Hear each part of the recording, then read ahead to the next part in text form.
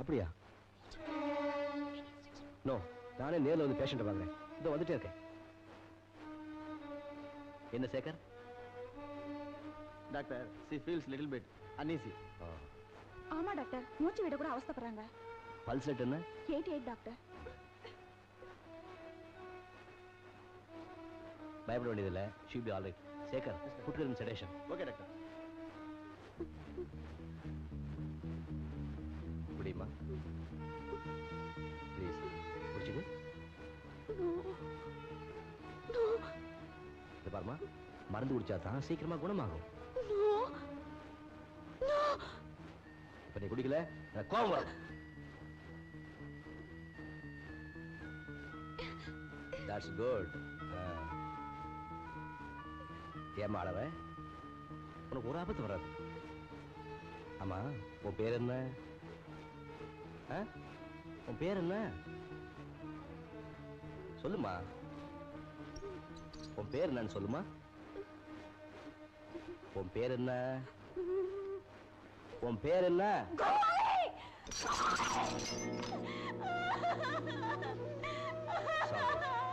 Nurse, value injection சீக்கிரம் எடுத்துக்கலாம். Doctor, 201 இருக்கிற பேஷண்ட் ஏதோ கலவரம் அடிச்சிருக்காங்க. என்னடோ பேசுறாங்க, என்னன்னு புரியல. நீங்க வந்து பார்த்தா கொஞ்சம் பெட்டரா இருக்கும்.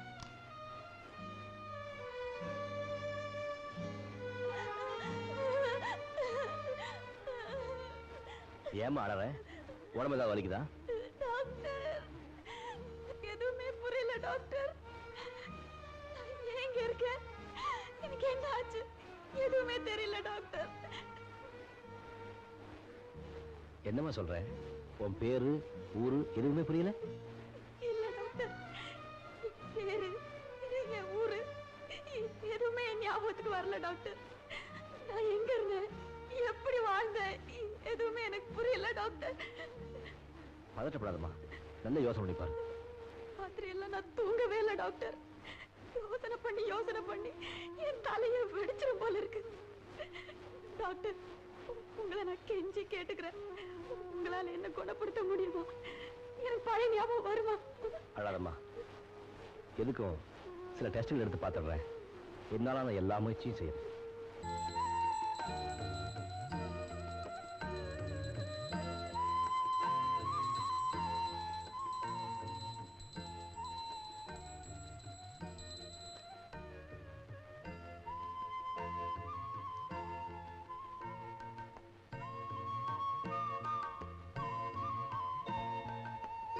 தம்பி, ஏன் தம்பி, அந்த பொண்ணுக்கு எப்படி இருக்கு? எந்த பொண்ணு? அதான் விபத்துல சிக்கி ஆத்துல அடிச்சிட்டு வந்ததுன்னு சொன்னியே, நான் கூட அவளை வந்து பார்த்தனே. அம்மா, அவ உடம்பு குணமாயிடுச்சு. ஆனா என்ன சிவா? விபத்தினால் ஏற்பட்ட ஷாக்ல அவ மூளை பாதிச்சிருக்கு. அப்படின்னா? விபத்து நடக்கிறதுக்கு முந்தி அவ வாழ்க்கையில் நடந்த எந்த சம்பவமே அவ நினைவுக்கு வரல. அவ பேரே அவளுக்கு மறந்து போச்சு. எங்க பிறந்தா, எப்படி வாழ்ந்தா, ஊரு உறவு எதுவுமே ஞாபகத்துக்கு வரல. இது ஒரு ரகமான வியாதிமா. இத அம்னீஷியான்னு சொல்லுவாங்க. இத குணப்படுத்தவே முடியாதப்பா. நாளடைவுல குணமாகலாம், ஆகாமலும் போகலாம். Good morning doctor.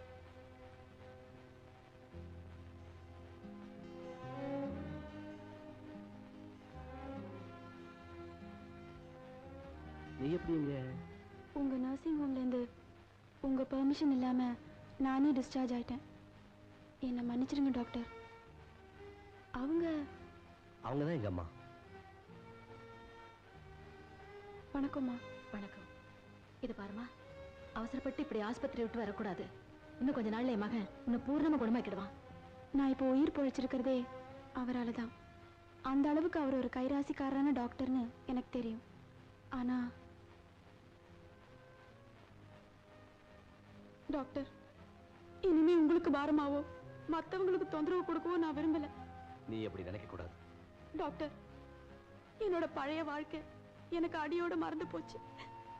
எவ்வளவோ முயற்சி பண்ணியும் என் கடந்த கால சம்பவங்கள் எதுவுமே என் ஞாபகத்துக்கு வரல. நான் யாருன்னு எனக்கே புரியல டாக்டர். எனக்கு ஒரே குழப்பமா இருக்கு. அனாதை ஆயிட்டேன் டாக்டர்.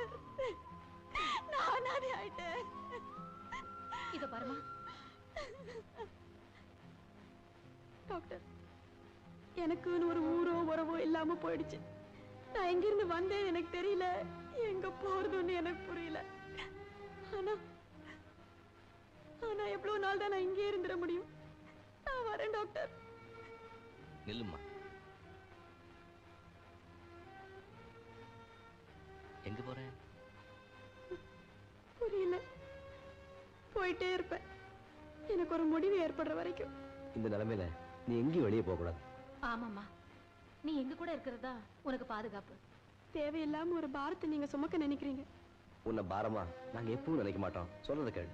இத பாருமா, நீ தனியா இருந்தா உன் அழகு உன் வயசு உன்னையே பாழாக்கிடும். நீ எங்க கூட இருக்கிறது தான் உனக்கு நல்லது. என்ன யோசிக்கிற? சரின்னு சொல்லுமா.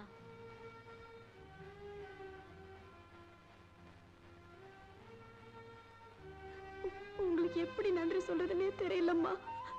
சிவா, இப்படி கொஞ்சம் வாயே. தம்பி, நம்ம சின்ன பங்களாவிலேயே இந்த பொண்ணு இருக்கட்டும். அவளுக்கு துணையா நம்ம ரங்கனும் அவன் பொண்டாட்டியும் கூடவே இருக்கட்டும். ஏமா, நம்ம வீட்லயே தங்கிக்கிட்டுமே. வேண்டாம்ப்பா, ஊர்ல 4 பேர் 4 விதமா பேசுவாங்க. அதுக்கு நம்ம இடம் கொடுக்கலாமா?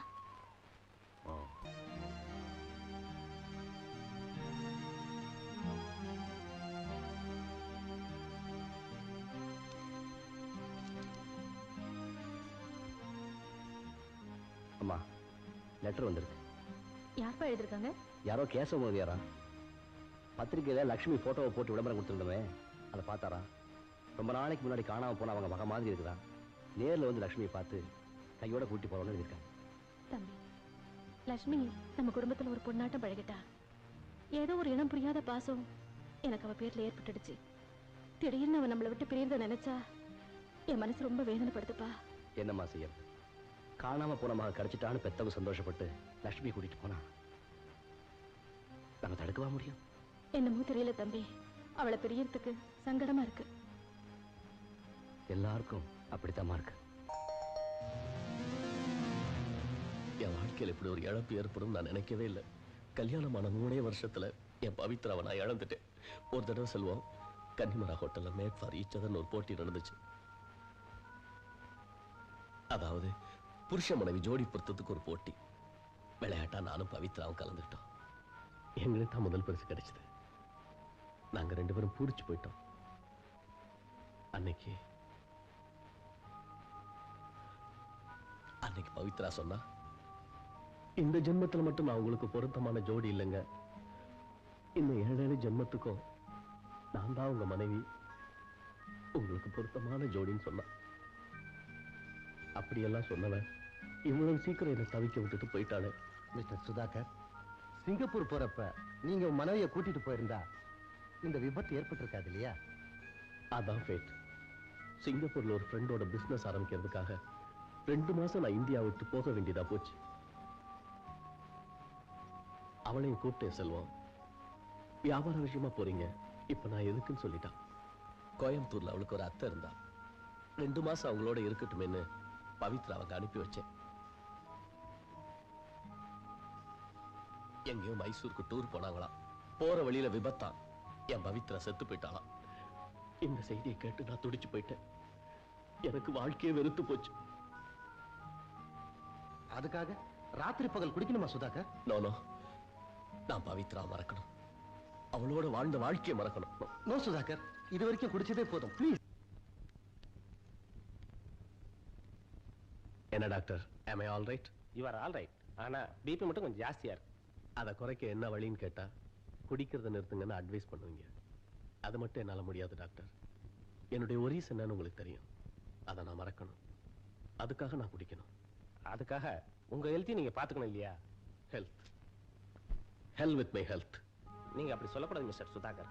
நான் போய் சில மெடிசன்ஸ் அனுப்புறேன். அதை நான் வேளைக்கு சாப்பிடணும், அவ்வளவுதானே? எஸ். ஓகே.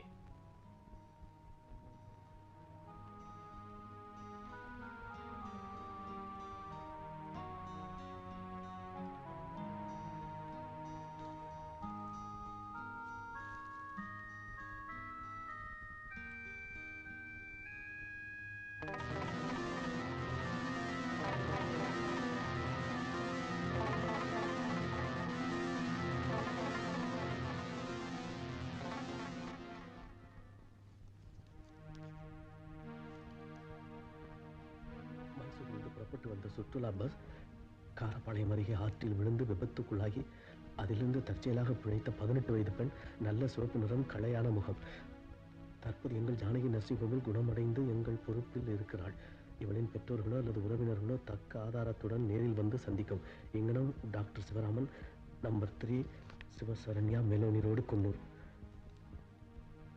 ரகு ரகு, என் ஒய்ஃப் செத்து போல. என் பவித்ரா உயிரோட தான் இருக்கா. God is great. இந்த பாருங்க, பவித்ரா குன்னூர்ல யாரோ டாக்டர் ஆதரவுல இருக்கலாம். நான் உடனே கோயம்புத்தூர் போகணும். அடுத்த பிளைட்ல டிக்கெட் புக் பண்ணுங்க. சார் நீ மட்டும் தனியா? ஆமா, நான் தனியா தான் போறேன். என் கூட யாரும் வர வேணாம். ரகு, அப்படியே குன்னூருக்கு ட்ரங்கால் போட்டு ஒரு நல்ல ஹோட்டல்ல எனக்கு ஒரு ரூம் புக் பண்ணிடுங்க. ஓகே.